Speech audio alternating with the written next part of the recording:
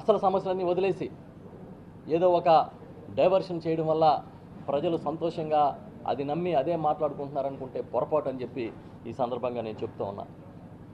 ఒక ముస్లిం కుటుంబానికి చెందిన 7 ఏళ్ల బాలిక శవమై తేలితే ఈ ప్రభుత్వానికి చీమగుట్టినట్లేదా అని నేను ప్రశ్నిస్తున్నాను. ఈ మధ్యకాలంలో ఎంతమంది పసిబిడ్డలు ముక్కుపచ్చలారని వారు అత్యాచారాలకు గురైన సంఘటనలు బయటికి వెలుగులోకి వస్తుంటే మానవత్వం ఉందా? అసలు ఏం జరుగుతోంది? ఎందుకు కట్టడి చేయలేకపోతా ఉన్నారు? ఎందుకు పోలీస్ అంటే వ్యవస్థలంటే భయం పోయింది అనే ఆలోచన వస్తూ ఉంది. ప్రభుత్వంలో ఉన్న మీకెవరికి దీని మీద బాధ్యత లేదా అని నేను సూటిగా ప్రశ్నిస్తూ ఉన్నా. ఒకటి గుర్తుపెట్టుకోండి, మీరు ఎన్ని డైవర్షన్స్ చేసినా ఈ ప్రభుత్వం ప్రజా సమస్యలను నిలదీయడంలో వైఎస్ఆర్ పార్టీ వెనకడుగు వెయ్యబోదు అని మళ్ళీ చెప్తున్నా. అసలు ఏంటో దుష్ప్రచారం. టీటీడీలో రివర్స్ టెండరింగ్ రద్దు చేశామని ఇవాళ ఉదయం నుంచి పెద్దగా ప్రచారం చేసుకుంటా ఉన్నారు. మొన్ననే కదా మీరు క్యాబినెట్లో ఈ రాష్ట్రంలో రివర్స్ టెండరింగ్ విధానాన్ని రద్దు చేశామని తీర్మానం చేశారు. సెప్టెంబర్ నెలలో టీటీడీ పిలిచిన టెండర్లన్నీ కూడా రివర్స్ టెండరింగ్ లేకుండా కూడా మీరు అవార్డు చేశారు. ఇప్పుడు వచ్చి రివర్స్ టెండరింగ్ విధానాన్ని రద్దు చేశామని ప్రచారం చేస్తారు. అసలు నాకు ఆశ్చర్యంగా ఉంది ఏంటంటే తిరుపతి దేవస్థానం అనేది పవిత్రమైన ప్రదేశం మనకి. అసలు అక్కడికి వెళ్తేనే ప్రతి హిందువు పులకించిపోయే ప్రదేశం అది. కానీ అక్కడ గోవింద నామస్మరణ జరగాలి తప్ప ఏది జరగకూడదు. అలాంటిది ఈ మధ్య అక్కడికి వాళ్ళే ప్రచారం చేసుకోవడానికి చంద్రబాబు నామస్మరణ చేయించే కార్యక్రమం చేస్తాం. ఇగో నేను చూపిస్తాను మీకు కొన్ని.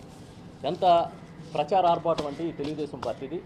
ఇది తెలుగుదేశం పార్టీ అఫీషియల్ ట్విట్టర్ ఖాతా. ఇది అఫీషియల్ ట్విట్టర్ ఖాతా.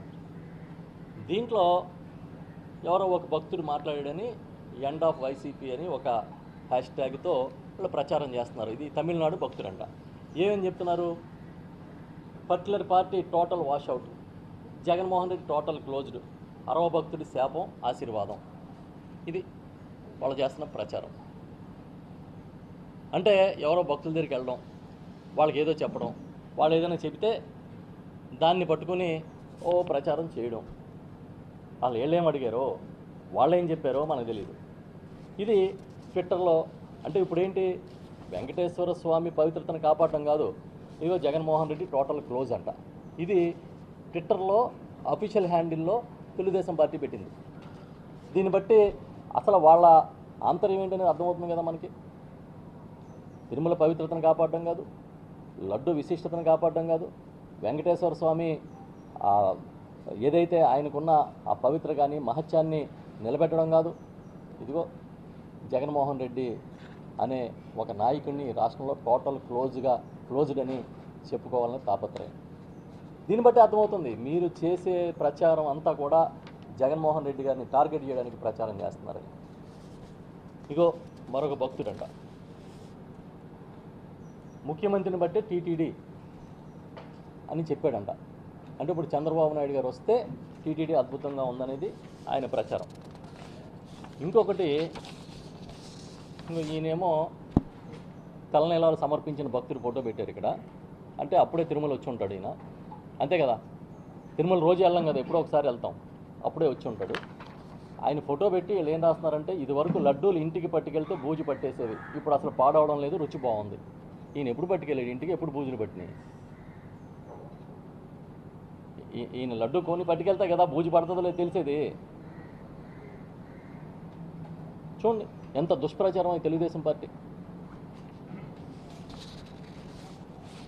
పవిత్రమైన తిరుమల లడ్డుని కల్తీ చేసిన ఏ ఒక్కరిని కూటమి ప్రభుత్వం వదలదు. మేము అదే చెప్తున్నాం.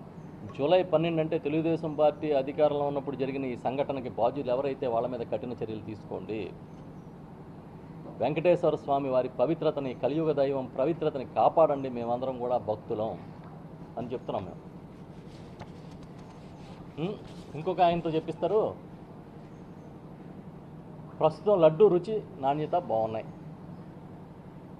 ఇంకొక ఆయన చెప్పాడని వాళ్ళ ట్విట్టర్లో.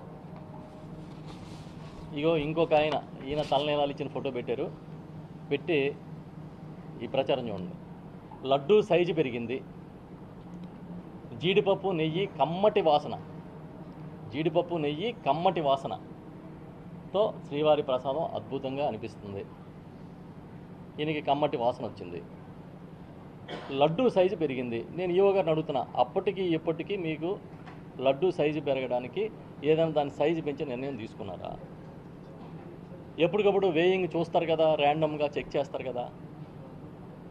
చెక్ చేసినప్పుడు మరి ఇప్పుడు ఏదైనా సైజు పెరిగిందా? అంతే క్వాంటిటీ అంతే క్వాలిటీ ఇస్తున్నారు కదా. ఇవి ఏంటంటే ఇంక ఇలాంటివి చాలా ఉన్నాయి నా దగ్గర. ఇప్పుడు చూస్తుంటే మీకు ఎంతసేపు ప్రచారంతో ఏదో వెంకటేశ్వర స్వామి మీద భక్తి కాదు, ప్రచారంతో దీని నుంచి లబ్ధి పొందాలనే ఆత్రం తప్ప, లేకపోతే లడ్డూలో ఏదో జరిగిపోయింది మేమేదో హిందూ సమాజాన్ని సంస్కరిస్తున్నాము లేకపోతే మేమేదో కాపాడుతున్నాం అని చెప్పాలనే ప్రయత్నమే తప్ప ఇంకేమైనా ఉందా దీంట్లో? మేము అందుకే చెప్తున్నాం, సుప్రీంకోర్టు ఏదైతే సిబిఐ డైరెక్టర్ గారి ఆధ్వర్యంలో ఒక సిట్ని ప్రత్యేకంగా నియమించి, అంతకుముందు చంద్రబాబు నాయుడు గారు నియమించుకున్న సిట్ని రద్దు చేసి ఆ సిట్టు స్థానంలో మళ్ళీ కొత్తగా మరొక స్పెషల్ ఇన్వెస్టిగేషన్ టీముని నియమించి, దీంట్లో రాజకీయాలు వద్దు, ఈ లడ్డు వ్యవహారంలో రాజకీయ డ్రామాలు చేయకండి, దేవుని రాజకీయాల్లోకి లాక్కండి, కోట్లాది మంది భక్తుల విశ్వాసాలకి సంబంధించిన వ్యవహారంతో ఆటలాడుకోవద్దు అన్నట్టుగా ఇవాళ సుప్రీంకోర్టు చాలా గట్టిగా చెప్పింది. కాబట్టి ఈ విచారణ నిష్పక్షపాతంగా చేసి దీంట్లో నిజానిజాలు నిగ్గు తేల్చండి. దాంతోపాటు మీరు ప్రజా సమస్యల్ని గాలికి వదిలేయకుండా, ప్రజల్ని వాళ్ళ మానాన వాళ్ళు పోతారులే, ఈ సమస్యలు అయ్యే పోతాయి అని అనుకోకుండా, ఇప్పుడు నేను ఏవైతే సమస్యలు చెప్పానో నిత్యావసర వస్తువులు మొదలుకొని ఇసుక ధరల దాకా, స్టీల్ ప్లాంట్ విశాఖ ఉక్కుని కాపాడుకోవడం దగ్గర నుంచి మెడికల్ సీట్లను కాపాడుకోవడం వరకు అన్నిటి మీద కూడా చాలా గట్టిగా ఈ ప్రభుత్వం ముందుకెళ్లాలని వైఎస్ఆర్ పార్టీగా మేము కోరుకుంటూ ఉన్నామనే విషయాన్ని ఈ సందర్భంగా చెప్తూ ఉన్నాం. ఎందుకంటే అబద్ధాలతో ఎక్కువ కాలం గడపలేరు. రోజుకొక అబద్ధాన్ని సృష్టించి దానికి రెక్కలు తొడిగి వదిలేస్తే అది అలా ఎగురుకుంటూ మొత్తం ప్రపంచాన్ని చుట్టూ వస్తుంది. ఈ లోపల మన పని మనం చేసుకుంటామంటే సాధ్యం కాదు. అందుకే చెప్తున్నాం, ఆంధ్రప్రదేశ్లో ప్రధానమైన సమస్యలు చాలా ఉన్నాయి. లడ్డు కల్తీ నిగ్గు తేల్చడంతో పాటు వాటి మీద కూడా దృష్టి పెట్టమని ఈ సందర్భంగా చెప్తాం.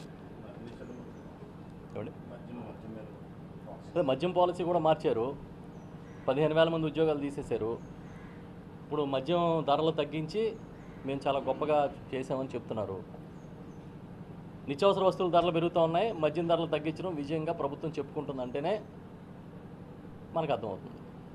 అసలు మద్యంలో మంచి ఏంటో చెడు ఏంటో అర్థం కాదు. ఏ మద్యం తాగినా డాక్టర్ దగ్గరికి అడగండి, ఏ మద్యం తాగినా లోపల అవయవాలు చెడిపోతాయనే చెప్తాడు ఏ డాక్టర్ గారైనా. మంచి మద్యం ఇస్తాం, మంచి ప్రభుత్వం అని చెప్తాం. మంచి మద్యం ఇవ్వడం ఏంటో, మంచి ప్రభుత్వం ఏంటో.